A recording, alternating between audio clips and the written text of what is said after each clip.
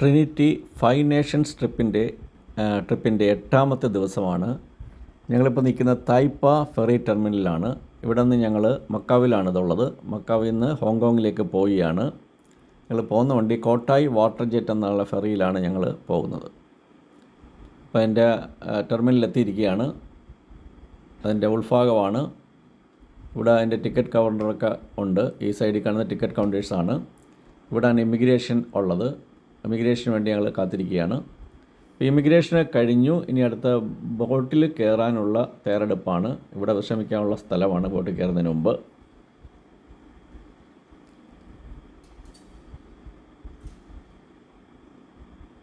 അപ്പോൾ ഞങ്ങൾ അവിടെ നിന്ന് ഇറങ്ങി ഇപ്പം ബോട്ടിലോട്ട് നടക്കുകയാണ്. അതിൻ്റെ ബോർഡിങ് നടന്നുകൊണ്ടിരിക്കുകയാണ്. ബോട്ടിലേക്കുള്ള വഴിയാണ് ഈ കാണുന്നത്. എയർപോർട്ട് പോലെ തന്നെയാണിത് ഒരുക്കിയിരിക്കുന്നത്. ഇവിടെ ബോട്ടിയെട്ടി നമ്മളെ ബോട്ടിയെട്ടിയേക്കാളുമൊക്കെ വളരെ അഡ്വാൻസ്ഡ് ആയിട്ടുള്ള ബോട്ടിയെട്ടികളാണ് ഇവിടെ ഉള്ളത്. ഇപ്പോൾ ഞങ്ങൾ ബോട്ടിൽ കയറി കഴിഞ്ഞിരിക്കുകയാണ്. സീറ്റ് നമ്പറൊക്കെ ഉണ്ട്. ഞങ്ങൾ ബദാമിയിൽ പോയ ഫെറിയിലാണെങ്കിൽ സീറ്റ് നമ്പറൊന്നും ഇല്ലായിരുന്നു. ഇവിടെ സീറ്റ് നമ്പറൊക്കെ ഉണ്ട്. ആ സീറ്റ് നമ്പർ നോക്കിയിരിക്കണം. സീറ്റൊന്നും ഫില്ലായിട്ടില്ല. ഇതിന് ഫെറിക്ക് പുറമേ നമുക്ക് റോഡ് മാർഗം വഴിയും ഹോങ്കോങ്ങിലെത്താൻ കുറച്ച് സമയം കൂടുതലെടുക്കുന്നേ ഉള്ളൂ. ഇതിപ്പോൾ 1 മണിക്കൂർ കൊണ്ട് നമുക്ക് എത്താൻ കഴിയും. 55-ന് 1 മണിക്കൂറിനും ഇടയ്ക്കുകൊണ്ട് സമയം കൊണ്ട് മക്കാവിൽ നിന്ന് ഹോങ്കോങ്ങിൽ എത്തിച്ചേരാൻ കഴിയും. ഞങ്ങൾ ഫെറി അത് സ്റ്റാർട്ട് ചെയ്ത് കഴിഞ്ഞിരിക്കുകയാണ്.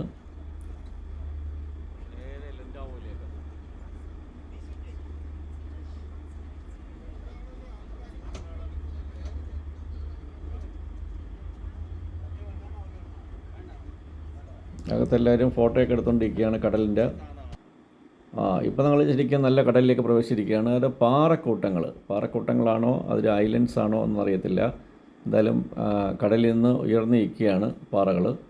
നല്ല ഓളമുണ്ട് ഇവിടെ, നല്ല തിരയുണ്ട്, നല്ല കുലുക്കമുണ്ട്. സീറ്റ് ബെൽറ്റൊക്കെ ഇട്ടിരിക്കാനാണ് അറിയിപ്പ് വന്നിട്ടുണ്ട്. സീറ്റ് ബെൽറ്റ് ഇട്ട് ഇരിക്കുകയാണ്. ഇവിടെയൊക്കെ മൊത്തത്തിൽ, അതായത് നമ്മൾ മക്കാവിൽ നിന്ന് ഹോങ്കോങ്ങിൽ എത്തുന്നത് വരെ ഇത് കണക്ക് പാറക്കൂട്ടങ്ങളൊക്കെ ഉണ്ടാവും. അപ്പോൾ അങ്ങ് ദൂരെയായിട്ട് ഹോങ്കോങ് സിറ്റി കാണാൻ തുടങ്ങിയിട്ടുണ്ട്. ഇപ്പോൾ ഏകദേശം നമ്മൾ എത്തിക്കഴിഞ്ഞിരിക്കുകയാണ് ഹോങ്കോങ് സിറ്റിയിലേക്ക്. അങ്ങ് വലിയ ബിൽഡിങ്ങുകളൊക്കെ കാണാം. ഇവിടെയും ചെറിയൊരു കടലിൽ നിന്ന് ഉയർന്നു നിൽക്കുന്നതിന് മലയുണ്ട്. അതിനെ ചുറ്റി വേണം സിറ്റിയിലോട്ട് കടക്കാനായിട്ട്. അപ്പോൾ സിറ്റിയിലെ വലിയ ബിൽഡിങ്ങൊക്കെ കാണാൻ തുടങ്ങിയിട്ടുണ്ട്.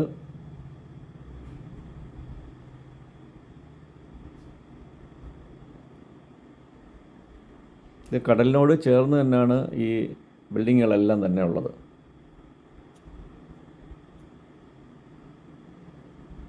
ഈ ബോട്ട് അസാധ്യ സ്പീഡായിരുന്നു ഈ ഫെറിക്ക്. പക്ഷേ ഇത് അറിയത്തില്ല. നമ്മൾ ഫുൾ AC ആണ്. അതുകൊണ്ട് വെളിയിൽ ഇതൊന്നും നമുക്ക് അറിയത്തില്ല. സ്പീഡ് എത്ര ഉണ്ടെന്ന് നമുക്ക് അറിയാൻ പറ്റത്തില്ല അകത്തിരിക്കുമ്പോൾ.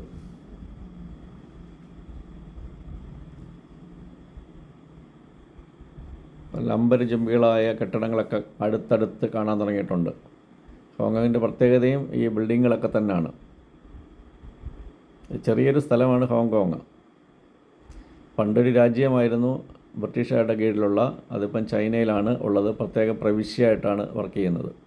ഇപ്പോൾ ഞങ്ങളത് ആ ബോട്ടിയെട്ടിയിലെത്തിയിരിക്കുകയാണ്.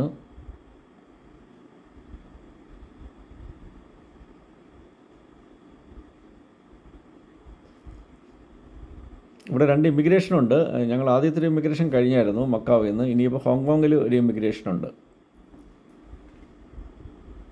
അപ്പോൾ ഞങ്ങൾ ഏകദേശം എത്തിക്കഴിഞ്ഞു. ബോട്ട് അടുപ്പിച്ചു. കെട്ടിയിടിയാണത്.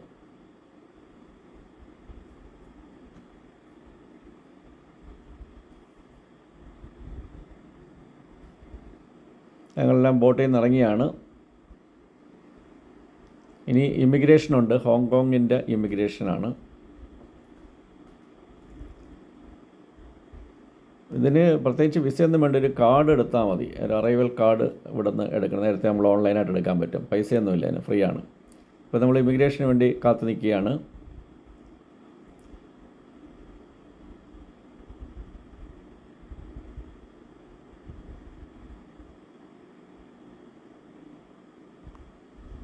അത് ബോട്ട് പിന്നെ അടുത്തിറങ്ങുന്ന ബോട്ട് ജെട്ടിയാണ്. ഇതിന് മേളിൽ കൂടെ ഒരു പിന്നെ 3-ാമത്തെ നിലയിൽ മേളിൽ കയറിയിട്ട് വേണം ഇമിഗ്രേഷൻ കഴിയാനായിട്ട്. ആ പാലത്തിൽ കൂടെ കടന്ന് അപ്പുറത്ത് കിടക്കണം നമ്മൾ. അവിടെ നിന്നാണ് ബസ്സൊക്കെ സ്റ്റാർട്ട് ചെയ്യുന്നത്. ഇതാണ് ഞങ്ങൾ വന്ന ഫെറിയാണത്. കോട്ടായ് ജെറ്റ് എന്നാണ് എൻ്റെ പേര്. ബ്ലൂ കളറാണ്.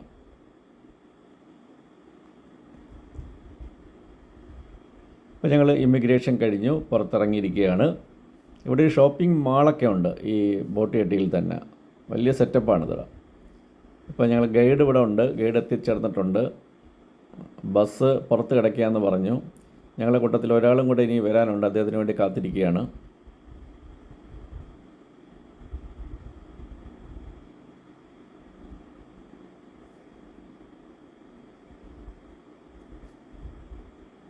അപ്പം ഗൈഡ് ഞങ്ങളെ ബ്രീഫ് ചെയ്യാണ്.